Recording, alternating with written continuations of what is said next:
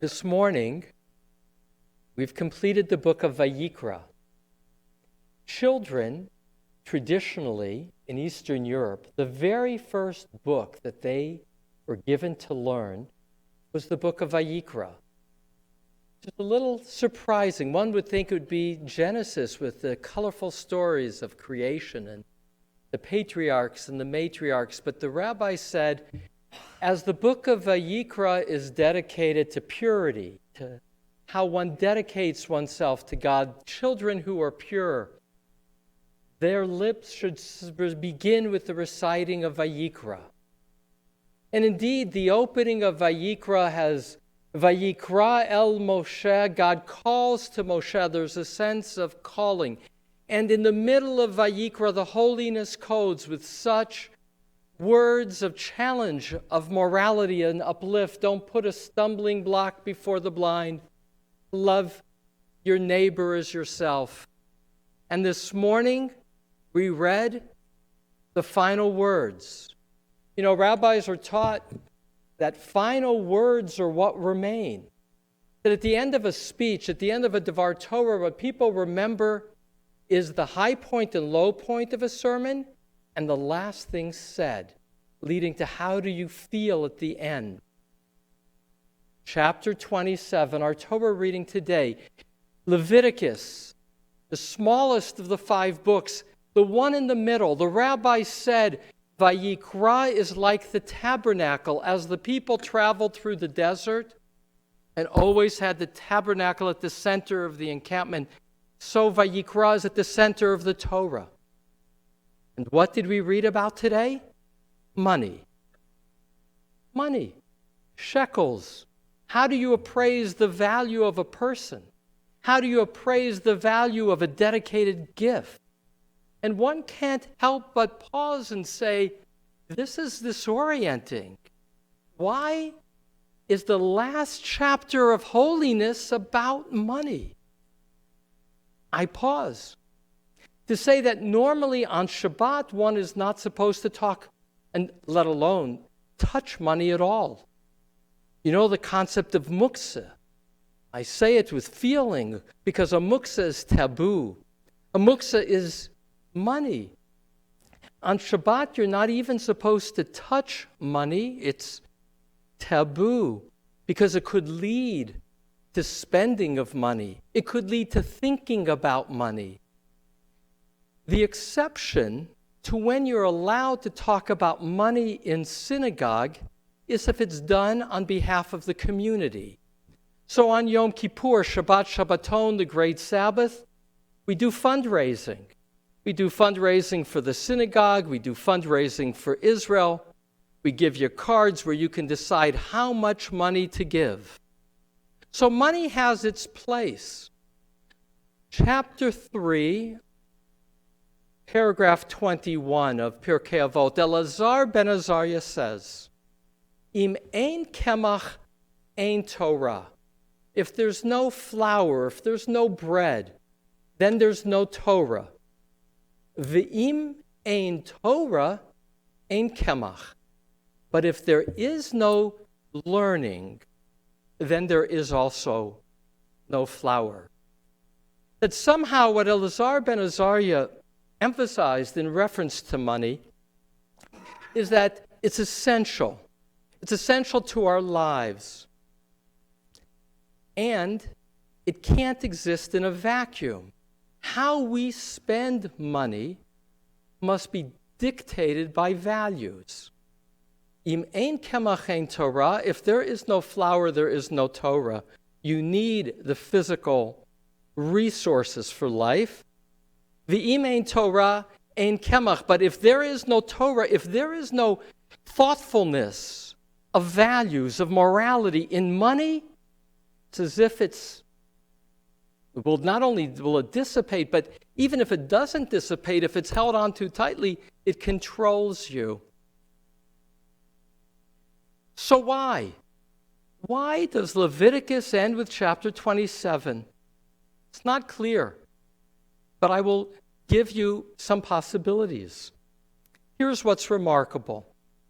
In chapter 27, there is a bracket to chapter 1. Chapter 1, the beginning of Leviticus, is the bringing of an offering to God. Chapter 27 is also a statement, a neder, a vow in relationship to God. But in this case, the value of what's being brought is not given to the altar, but given to the priest for the maintenance of the priesthood, for the maintenance of the sanctuary. So there's something parallel. It's a bracket. It's about free will offerings. Because, how we give of ourselves, of our possessions, describes our priorities. If you want to know a person, if you want to know an organization, look at their ledgers. Here's an important teaching in chapter 27. One, that money matters. Money matters. Money, Benjamin Franklin said, is honey. It's sweet. It's also funny. Money is funny because people are weird often. We all are. Because money represents our fears. Can always create a picture of running out. Heaven knows in America, due to the health challenges, many people run out. So you can't help but be a little nervous to wonder, do I have enough? Can always be a problem. So how we take the chance and how we dedicate money is self-defining of what's important to us. That's one.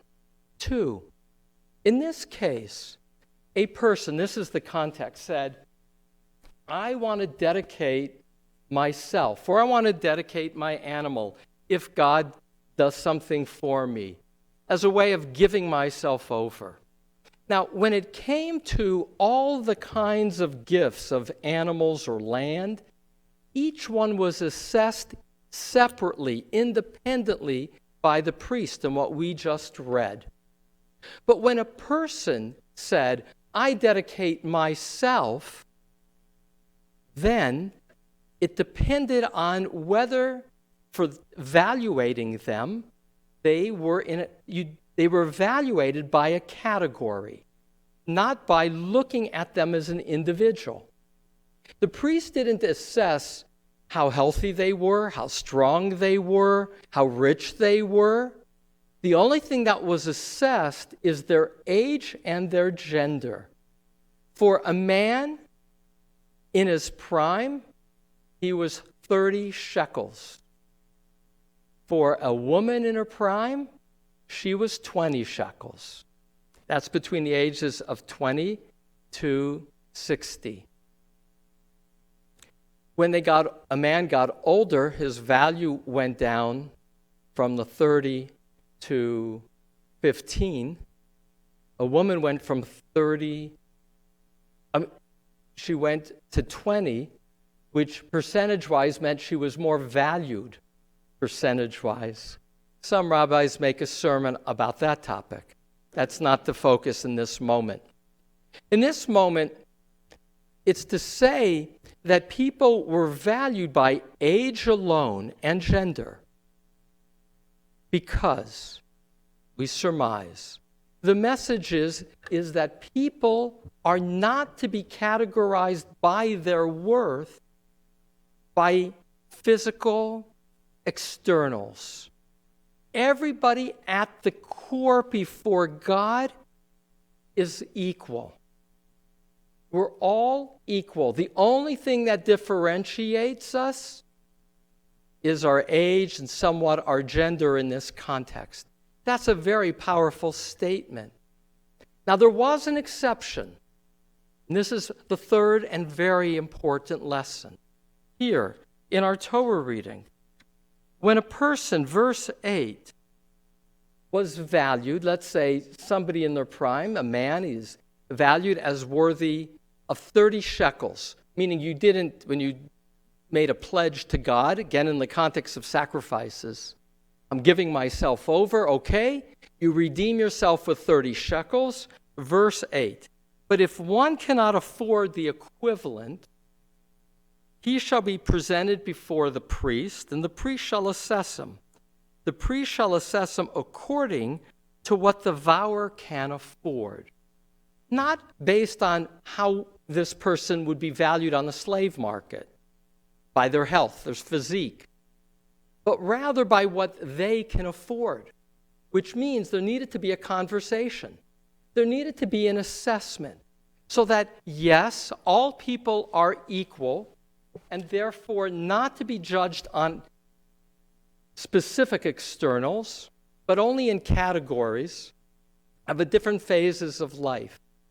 But if somebody can't afford it, you got to listen to them if you're the priest, because everybody's to be included. You got to keep the goal in mind. Do you know the story of the librarian? She had this beautiful library. She had all the books lined up. She was very protective of her books. Do you know that some people borrowed books and never returned them? And some people borrowed books, took books off the shelf and didn't put them back in the same place. And so after a number of years, she became very protective. She didn't want people to touch the books. Of course, we giggle because she forgot the purpose of the library, which is that the purpose of the library is to borrow books. And sometimes in doing business, you run risks. Sometimes in the running of a library, it gets a little messy. But im ein kemach ein Torah, if there are no books, there is no library. Ve'im ein Torah ein kemach. If you forget the goal of the library, it's useless. Synagogues need money to operate. Absolutely. But if a synagogue forgets its priorities, it's a problem. One must know what one can afford, but one must know what something is valued. You know the definition of a cynic? A cynic knows the cost of everything and the value of nothing.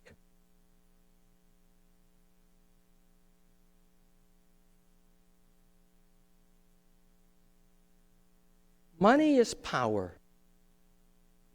It's why we're drawn to it and why we're scared of it. It's power in terms of how powerful a person is. Somebody who's very rich is very powerful. Power is the ability to affect change. And therefore, it's also a quality of somebody's dignity. How much money a person gets paid for what they do is both a sense of to what degree they're valued, but also to the degree to which they have power in the larger world. I remember protests at Harvard University with the people on strike, and their signs said, "You can't eat prestige." Because money matters. And sometimes it matters by having a conversation with a person. How much do you need and why? Justify it. Doesn't mean you'll get it. May not be able to afford it. That happens when you hire somebody. When you hire somebody, you say to them, "Who are you? Why should we want you for this job?" And then you negotiate. In most cases. Sometimes it's a fixed price, but usually that's when there's a conversation. But what happens is when somebody's working for a while, you just give a percentage increase. That's natural. They're doing the same job. But sometimes there needs to be a conversation about what's the nature of the job and how have you changed? How have your expectations changed? And without that, there's not a meeting of the minds. Ribono Shel Olam, Master of the universe, synagogue calls on us to be our best. How we spend money, how people are paid matters. Those who are the rabbi have power. They can negotiate every time. Not true. It's not only true for the rabbi in a synagogue and people who are not so high up on the chain. It's true in life in general. A CEO in America's corporations more and more and more get larger percentages of income to people lower down in the chain. Money matters. For ultimately, as chapter 27 teaches us, at the end of the day, the values of Leviticus come down to money. Money. Shekels, evaluations. Who decides and how it's decided determines. Im ein kemach ein Torah. If there is no flour, there is no Torah. Im ein Torah ein kemach. But all decisions for each of us in our lives come down to being responsible and responsive. Each of us have power over somebody else and how we use our money. Each of us is called to be our best precisely in how we use money. Ribono Shalom, Master of the universe. We rose and we said, Chazak, Chazak, v'nit chazek. Strong, strong may we be strengthened with the words on our mouth of the nature of evaluation. May we use our resources to evaluate with Torah. May we use our money to uphold Torah. Amen.